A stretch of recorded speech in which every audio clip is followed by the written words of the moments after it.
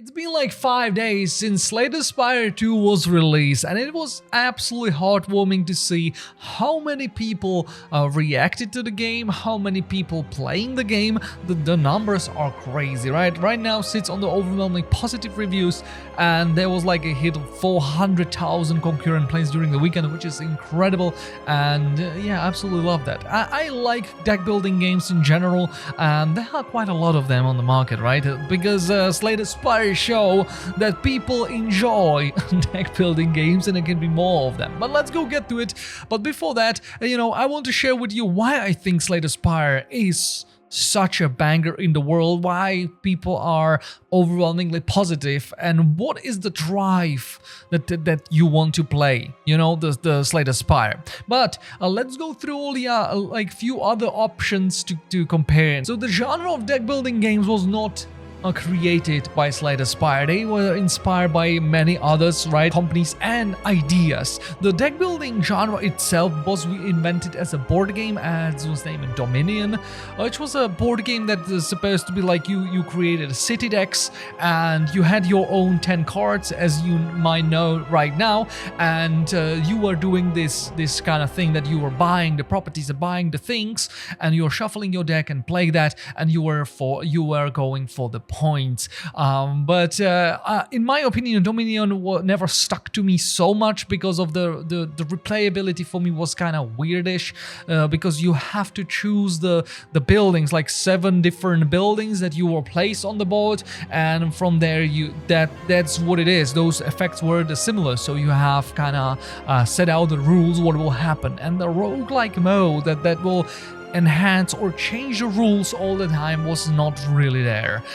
So that was the Dominion, right, that created this whole genre. But also Slay the Spire was inspired by an FTL, right, because they put there the map, which you can know, you have the map and you are clicking the nodes where you want to go. That was iteration from the Slay the Spire, from the FTL, sorry. So they were inspired by many other things, but they put magic on it that clicked. This click thing unleash absolutely biggest wave of deck builders out there, right? Because all the other devs saw that people enjoying deck building card games, and they are starting creating by masses. So you could have seen board games coming out, all of them were kind of deck builders, and also PC games, right? There was a lot of card games, and I remember this because I like card games, so I don't mind. I was like, okay, another one, I like it, but I heard so many people like, please stop, I don't want to see any other card game for some time because it's too much. And it was right, every other was deck builder, and it was changing by, I don't know what it is about. They added a little bit more mechanics to it, or changed the theme a little bit, and it was a different kind of game, right? Some of them were absolutely copycat. They created Slay the Spire and just put a different asset on top of it and just call it a new game. But some of them were really cooking. They changed the formula, they changed the kind of thing what it's going for, and it was great. For me, things or games that stood out over the years was Gordian Quest. Gordian Quest was RPG game that was deck builder, but they changed how the game kind of works, right? Because you have the tactical map, you have 3 heroes, and you are moving around. You have RPG elements like putting on yourself armor and talent system and skills and everything like that. So it was so much more complex, and for that reason, at some point it fell slow, right? Because the tactical kind of overwhelmed that. You had so many options to consider, but for those who delve deep into Gordian Quest, I think they appreciate what it is done because it was incredible. I still coming back to that game. It's just really, really good. Another one that I played so much, it's just incredible amount I played of this game, but it's a board game. It's on Steam, I think, as well, so you can play it online. It's an app for it, and also on a phone. But it was created on the table, and it's a Hero Realms. There are 2 variations. There are Star Realms and Hero Realms. This game, one is fantasy and one is sci-fi. This game is insanely good. and addictive because it's super simple. Like you can, when I bring this board game to the people that don't know it, or the card game, deck building game, I bring it out. I can start playing with people in like 10 minutes maximum. They understand the rules, they understand what is going on, and they can delve in, which is insanely nice. Like, there are some of them board games that you have to explain rules over the hour to understand the basics, but with this one you have the simplest rules, but it's just clicks. It's going so well. So Hero Realms was one of the games that I played so much as a deck building game. Also, for a lot of people to know who like the board games, it's a Clank, right, which is a classic right now. There is a lot of iteration of Clank as well, so we played quite a lot of that as well. And recently by Raymond, that recommended me game is Chaos Zero Nightmare, which is gacha deck building game. Wait. It's a gacha? Yeah, it is. And it's a deck building? Yes. Combination? Weird, but it works. The game is complex. There is a lot of things that going together. You have several characters that you are kind of pulling for, right? And when you get them, you are using 3 of them, and you are trying to get this team going. And there is a lot of layers to it as well. And I will get to it later why I think Slay the Spire is absolutely banging, and for example, not this game as much. And one of them is the complexity. So yeah, those are the like recent memories that I have, but there were so many more. For example, even The Witcher came with the deck building game or as a board game. So yeah, that was a lot of deck building games. But what was missing on all of those kinda is that Slay the Spire magic. And what I am talking about is the cadence, the pacing of the game itself. It's just incredibly put together. And what I mean by that is when you start playing, it's just not overwhelming, not at all. You have always simple question before you, simple decision that is just, you know, you are not overwhelmed by the amount of systems. You don't have quite a lot of like a subsystems, like a, I don't know, Warnable Weekend and so on. You have a little bit, but it's just not crazy. Because in some games you can overwhelm the people with so many mechanics and so many layers that it's really satisfying for person that will get into it deeply, because you now getting benefit from all the mechanics that are really rich, but you are losing so many people just sheer on that fact that you have to understand a lot to be able to make a decision. And then it's kind of bad. For example, in the Chaos Zero Nightmare, what I'm saying, one of the worst thing that I don't like about the game, when you hover over the cards, there is not number that you are doing as a damage. There is a percentage. For example, 100%, 100% and 20%, like, you know, there is a percentage because you want to scale, you want to do things, and the numbers itself would not help that much, but the percentage is kind of easy to scale and stuff. So but it's making it so much harder to understand, and just on face value to be like, okay, I get it, this is simple. But Slay the Spire doing it absolutely differently. It's like, hey, you're dead, you're dealing 6 damage, you're dealing 10 damage 2 times, you're dealing 5 damage 2 times, you're blocking for 5. Just simple numbers that you can absolutely understand. Okay, he got 20 HP. He don't have a 2000 HP. He got 20. I need to hit him 5 times, you know? And even this simple start is what it making absolutely banging, because people can absolutely click on the game and be like, okay, I understand everything what I need to know. And of course, there are things that it's changing the rules and introducing new stuff, but to have always people on that part that I know exactly what is going on is so important. Another thing that is really working well for the Slay the Spire is the fast pace of the game. You always clicking, like there is always something happening. There is not the time that you are really stuck on something. Yeah, of course, there are like characters or certain builds and stuff that you have a lot of cards, you are going through them, and it's just mental. You have to really focus what you are doing. But most of the time, especially in the beginning of Act 1, Act 2, you are really clicking the cards, you're going through it, and you are just going from one node to another. There is an event. All right, I'm removing card. Let's go. There is an upgrade. Okay, let's smash the hammer to my card and go forward. So it's really paced that you are always in the motion and not really stuck on one spot, which is helping so much to the people to feel like, okay, I'm in this mood to go through, and when you die, you want to continue. You want to go back to that, that grind that you are clicking those cards and you are adding them and you are playing them. So the pacing of the game is incredible. And also the design. The design is welcoming. It's just all over the place. There is nothing like a serious about it, but also there is, right? So you are kind of interchanging or intermingling few things. You are in the fantasy world, which kind of throw at you something that you don't expect. Creature that doesn't look like anything in a fantasy world that you could have played as, right?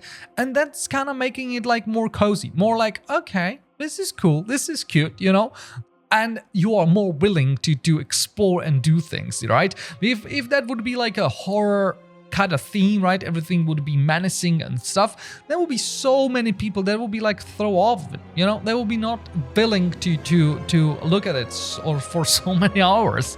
But in this one, it's kind of working well for them to go for this kind of art style. But I was worried, like when Slay the Spire 2 was upcoming, right? Everybody was talking about it's coming. Oh yeah, I was excited so much. I was so worried, like the incredible threat to go on that line between Slay the Spire 1 is something that people have thousands of hours in. Like there is a incredible amount of dedicated players that still playing Slay the Spire. Until like a day before Slay the Spire 2 was released, they still play the Slay the Spire 1 all over for all the years. And the devs to have to be like, okay, there are these people that really love Slay the Spire, and we should tend to them, right? We should, Slay the Spire 2 should be like for those people like, oh, this is similar, I like it. And also to introduce new stuff on it to lure there more people. Be like, okay, it's more interesting, it's better looking, it's, I don't know, more rich, whatever. It's just so I was so worried they will not pull it off, right? That they will screw it somewhere, that one of the groups will be pissed. Maybe it will be more to the Slay the Spire one, right? The people that they are dedicated right now, they have everything figured out, and it will not be that interesting for other people, or other way around. It will be just new game. It will be for the new people, but whoever liked the Slay the Spire 1 will be like, nah, this is not it. This is not, it's different. It's kind of cool, right? But it's not the same. And I feel they hit it just right. When I played, during those 5 days or so, I played over 50 hours. So I am deep into that. I beat the Spire with every single character they have, and so I am way into that. But I have to say, it's absolutely the same as the Slay the Spire 1. It's better looking, and there is more.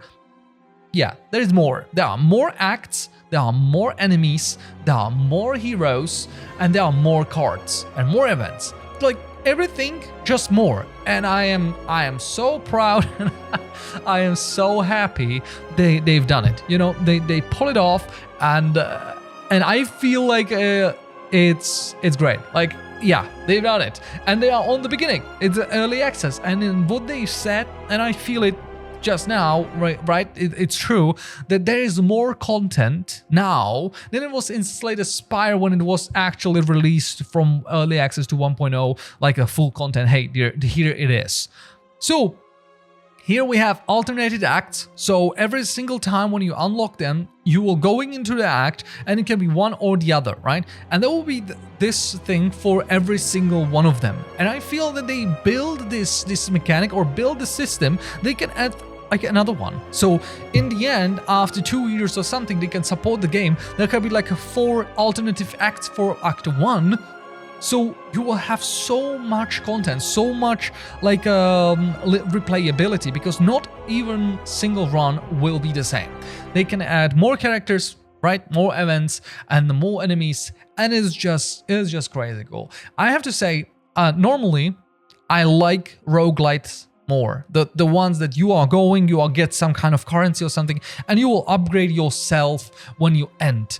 I don't know what is it, but in the Slay the Spire, I don't mind that much. In the majority of games, when there is a roguelike, I like it, right? I like that system a lot, but it feels sometimes you will pull 2 hours into the game, you will fail, and you will kind of feel bad about it. In the roguelite, you are kind of not, because you're kind of unlocking something. You pull 2 hours in, you getting currency, and you unlock that you are, I don't know, 20% stronger. Something will add, something will change, right? And you are like, oh, now I could do it, right?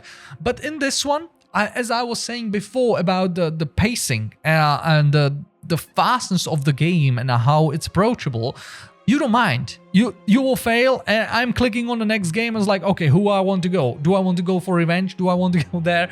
So it's, I don't know, it's just great. Like, for those who never tried it before, you should give it a go, or wait a little bit, you know, for a promotion or when the game will be released. But I feel it's incredible. Like, I'm going back to it right now, so I'm editing this video, I'm putting it out, and I'm going back to the game.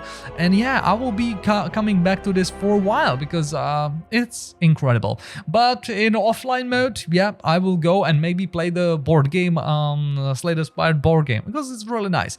So yeah, when we were playing the board game, I was thinking about that. Like, I was watching it, right, because it's up to 4 people you can play together, and it was before Slay the Spire 2 was released. I was like, yeah, this co-op makes sense. Like, why it's not in the Slay the Spire? And after that, they announced the trailer, and it's like, yeah. And by the way, it's a co-op for 4 people. And by the way, I have to say, it's incredible. We played it in 3, so I never played the Slay the Spire 2 in 4 people just yet, but that will come around.